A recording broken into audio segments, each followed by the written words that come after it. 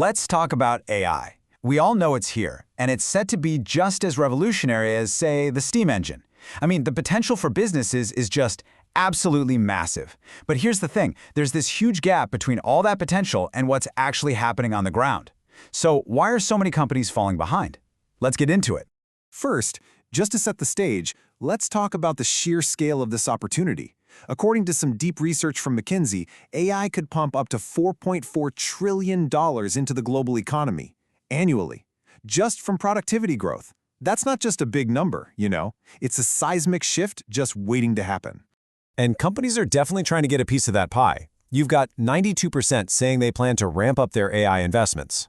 But, and this is the kicker, only 1% of them feel like they're actually mature in how they use AI, like it's fully baked into what they do and delivering real value. That is a wild disconnect between the money being spent and the results they're seeing. So, what is going on here? The easy answer, the one a lot of people jump to, is that the employees are the problem, right? They're dragging their feet, they're scared of change, but what if that whole idea is completely backward? This brings us to what we can really call the great AI paradox. You've got this enormous, incredible potential on one side, and then the day-to-day reality inside most companies on the other. And to figure this out, we have to look past the obvious answers. In this quote, this really starts to give us a clue. It suggests that the problem isn't the tech. It might not even be the teams doing the work. The real risk here, it seems, is a failure of imagination right at the very top. Okay, so this leads us to the most surprising part of this whole story, because all the conventional wisdom points a finger at the workforce, saying they're resistant to change. But the data? The data tells a completely different story. And boom, here it is. This slide just lays it all out. C-suite leaders, they think only about 4% of their people are heavy users of generative AI. But what's the reality? Well, the employees themselves say that number is actually 13%, more than 3 times higher. The workforce isn't just ready for AI, they're already running with it, way ahead of their bosses. And if you dig a little deeper into how employees are feeling, it gets even more fascinating. You can basically break them down into 4 groups. You've got your bloomers, the AI optimists, making up 39%, and then you have the gloomers, the skeptics who want guardrails at 37%. But here is the key insight. Even the skeptics are already using it. Get this, 94% of those so-called gloomers have used Gen AI tools. They aren't rejecting AI, they're actively kicking the tires. So who's leading this grassroots movement? Well, the data is pretty clear. It's the millennials. That 35 to 44 age group, they report having the most hands-on experience and the most enthusiasm. And here's the crucial part. They're often already in management roles. They are literally a built-in army for change, ready to lead right from the middle of the organization. Okay, so if the employees are ready and willing, then what's the holdup?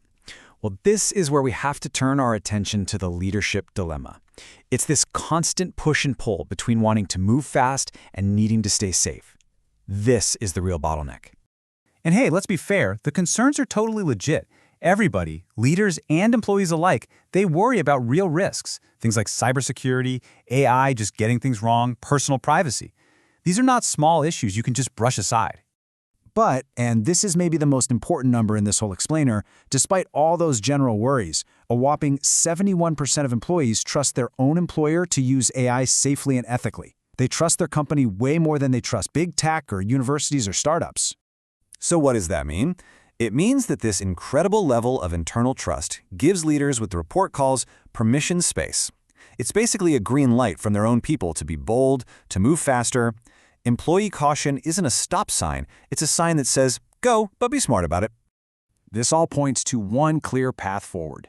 It's time to start embracing much bigger ambitions. It's time to finally move beyond that endless cycle of small-scale tests and little pilot programs that go nowhere. Because this right here is where most companies are totally stuck. You can see it clear as day. 39% are just emerging. Another 31% are developing. They are just trapped in the early stages, completely failing to scale AI in a way that actually transforms the business. So what should the goal be? Well, the report, taking a cue from technologist Reid Hoffman, offers up this really cool idea called Superagency. It's a vision where AI doesn't come in and replace people. Instead, it supercharges them, unlocking totally new levels of creativity and productivity for every single person. And this quote from Dario Amodei, the CEO of Anthropic, just nails it. To really win with AI, you need an inspiring vision of the future. You can't just have a plan to put out little fires or trim a tiny bit of cost here and there. It's got to be about transformation, not just optimization. So, get into this vision of superagency. It's not just some nice idea. It requires a very deliberate rewiring of the entire organization. The good news is there's actually a pretty clear, actionable framework to show us the way. The whole framework has 6 key parts, and it all starts with setting a truly bold roadmap. From there, it's about empowering and upskilling your people. Remember, they're already champing at the bit. Then you've got to evolve your operating model so it's more agile. You absolutely have to modernize your tech and unlock your data. And finally, you have to actually activate and scale the solutions that work and get out of that pilot phase for good. And this is so important. You can't just dust off your old digital transformation playbook. AI is different. Its speed, its scale, the way it learns, it demands some specific changes. We're talking more adaptability in your tech, new ways of thinking about governance and budgets, and probably most important of all, a relentless focus on human-centric design, making sure AI is empowering your people, not making their lives harder. Which really brings us to the final question, and this one is for every single leader or aspiring leader out there. Your people? They're ready. They actually trust you. The technology is here. So when you look at your own organization, you just have to ask yourself, is our strategy ambitious enough, or are we still thinking way too small?